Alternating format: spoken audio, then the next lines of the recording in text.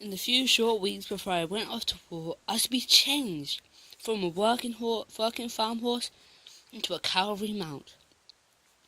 It was no easy transformation, for I resented deeply the tight disciplines of the riding school, and the hard, hot hours out on manoeuvres on the plain.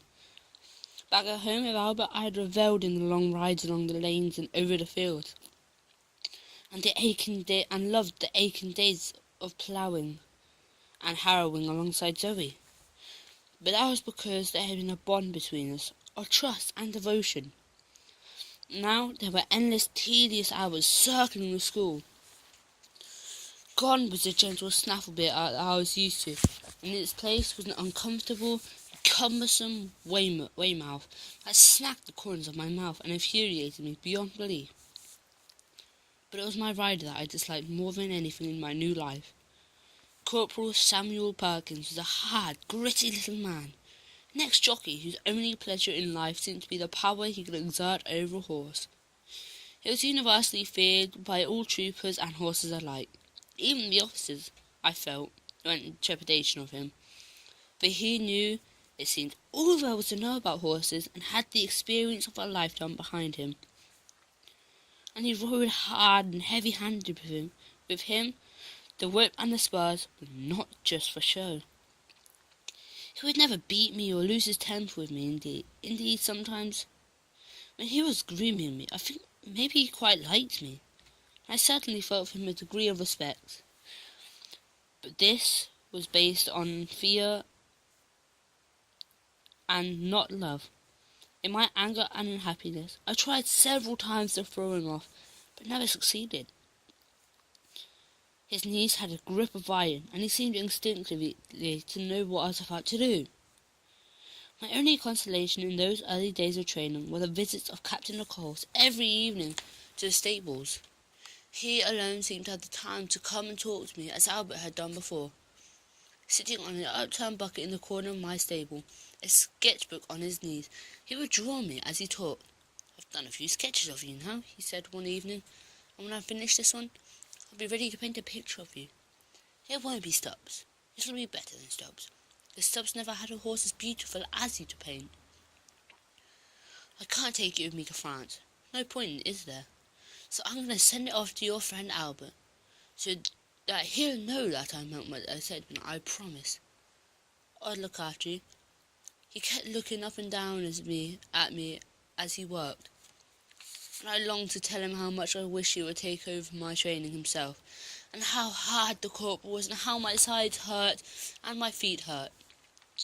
To be honest with you, Joey, I hope this war will be over before he's old enough to join us, because, you mark my words, it's going to be nasty. Very nasty indeed. Back in the mess, they're all talking about how they'll set up about Jerry, how the cavalry will smash through them and throw them clear back to Berlin before Christmas. It's just Jamie and me. We're the only ones that don't agree, Joey. We have our doubts. I can tell you that. We have our doubts. None of them in there seem to have heard of machine guns and artillery.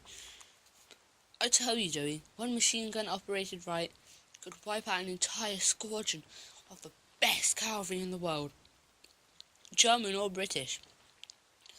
I mean, look what happened to the Light Brigade at Balaclava when they took on the Russian guns. None of them seem to remember that, and the French learnt the lesson in the Franco-Prussian War. But you can't say anything to them, Joey. Am I pissing you off, Papa? Or some such rubbish. I honestly think that some of them in there only want to win this if the cavalry can win it.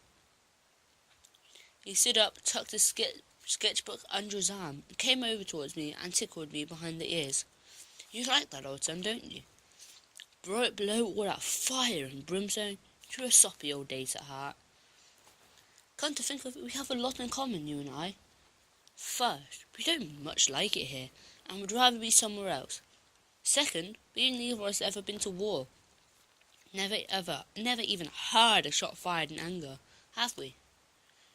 I just hope I'm up to it when the time comes. That's what worries me more than anything, Joey. So I tell you, and I haven't even told Jamie this, I'm frightened as hell. So you'd better have enough courage for the two of us.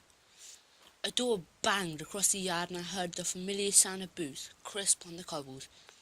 It was Corporal Samuel Perkins, passing along the lines of stables on his evening rounds, stopping at each one to check until at last he came to mine. "Good evening, sir," he said, saluting smartly. "Sketching again?" "Doing my best, Corporal," said Captain Nichols, "doing my best to do him justice. Is he not the finest mount in the entire squadron? Never seen a horse so all put together as he is, have you?" "Oh, he's special enough to look at, sir," said the corporal of horse. Even his voice put my ears back. There was a thin, acid tone to that I dreaded. "I grant you that, but looks aren't everything. Are they, sir? There's always more to a horse than meets the eye. Isn't that right, sir? How shall I put it, sir?" "However you like, Corporal," said Captain Nicole somewhat frostily. "But be careful what you say, for that's my horse you're speaking about, so take care. Let's say he has a mind of his own. Yes, let's put it that way. He's good enough out on manoeuvres, a real stayer, one of the very best. But inside the school, sir, he's a devil, and a strong devil too. Never been properly schooled, sir, you can tell that. Farm horse he is, and farm trained. If he's to make a cavalry horse, sir, he'll have to learn to accept the disciplines. He has to learn to obey instantly and instinctively. You don't want a prima donna under you when the bullets start flying." "Fortunately, Corporal," said Captain Nichols, "fortunately, this war will be fought out of doors, and not indoors. I asked you to train Joey because I think you're the best man for the job. There's no one better in the squadron. But perhaps you should ease up on him just a bit. You've got to remember where he came from. He's a willing soul. He just needs a bit of gentle persuasion, that's all. But keep it gentle, Corporal. Keep it gentle. I don't want him soured. This horse is going to carry me through the war, and with any luck, out the other side of it. He's special to me, Corporal.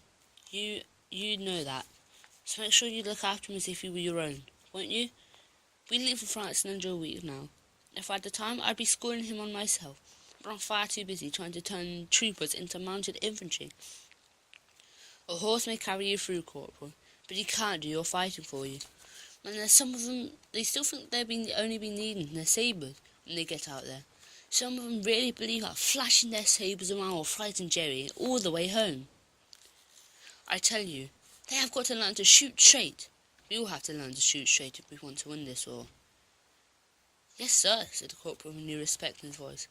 He was more meek and mild now than I had ever seen. "And Corporal," said Captain Nichols, walking towards the stable door, I'd be obliged if you feed Joey up somewhat. She's just a bit of condition. Gone back a bit, I'd say. I should be taking him out myself in final manoeuvres in 2 or 3 days. I want him fit and shining. He's looked the best in the squadron. It was only in that last week of my military education that I began at last to settle into the work. Corporal Samuel Perkins seemed less harsh towards me after that evening. He used to spurs less and gave me more rein.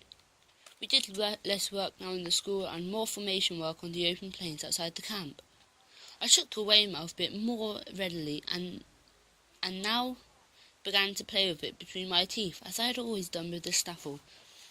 I began to appreciate the good food and the grooming and the buffing up, all the unending attention and care that was devoted to me. As the days passed, I began to think less and less of the farm and old Zoe and of my early life. But Albert, his face and his voice stayed clear in my mind despite the unerring routine of the work that was turning me imperceptibly into an army horse. By the time Captain Nichols came to take me out on those last manoeuvres before we went to war, I was already quite resigned to, even contented in my new life. Dressed now in field service, marching order Captain Nichols weighed heavily on my back as the entire regiment moved out onto Salisbury Plain. I remember mostly the heat and the flies that day, for there were hours of standing about in the sun, waiting for things to happen, and with the evening sun spreading and dying along the flat horizon, the entire regiment lined up in Ecollin for the charge, the climax of our last manoeuvres. The order was given to draw swords, and we walked forward. As we waited for the bugle calls, the air was electric with anticipation. It passed between every horse and his rider, between horse and horse, between trooper and trooper. I felt inside me a surge of excitement that I found it difficult to contain myself. Captain Nichols was leading his troops, and alongside him rode his friend Captain Jamie Stewart, on a horse I'd never seen before. He was a tall, shining black stallion. As we walked forward, I glanced up at him and caught his eye. He seemed to acknowledge it briefly. The walk moved into a trot, then into a canter. I heard the bugles blow and caught sight of a sabre pointing over my right ear. Captain Nichols leant forward and urged me into a gallop. The thunder and the dust and the roar of men's voices in my ears took a hold to me and held me at a pitch of exhilaration I'd never before experienced. I flew over the ground, way out ahead of the rest of them except for one. The only horse to stay with me was the shining black stallion. Though nothing was said between Captain Nichols and Captain Stewart, I felt it was something important that I should not allow this horse to get ahead of me. One look told me that he felt the same, for there was a grim determination in his eyes, and his brow was furrowed with concentration. When we overran the enemy position, it was all our riders could do to bring us to a halt, and finally we stood nose to nose, blowing and panting, with both captains breathless in exertion. "You see, Jamie, I told you so," said Captain Nichols, and there was such pride in his voice as he spoke. "This is the horse I was telling you about. Found in deepest Devons, and if he had gone on much longer, your Topthorn would have been struggling to stay with him. You can't deny it." Topthorn and I looked warily at each other at first. It was half a hand or more higher than me. A huge, sleek horse that held its head with majestic dignity. It was the first horse I'd ever come across that I felt could challenge me for strength. There was also kindness inside that held no threat for me. "My Topthorn is the finest mount in this regiment, or any other," said Captain Jamie Stewart. "Joey might be the faster, and all right I grant he looks as good as any horse I've ever seen pulling a milk float, but there's no one to match my Topthorn for stamina. Why, he could have gone on forever and ever. He's an 8-power horse, that's a fact."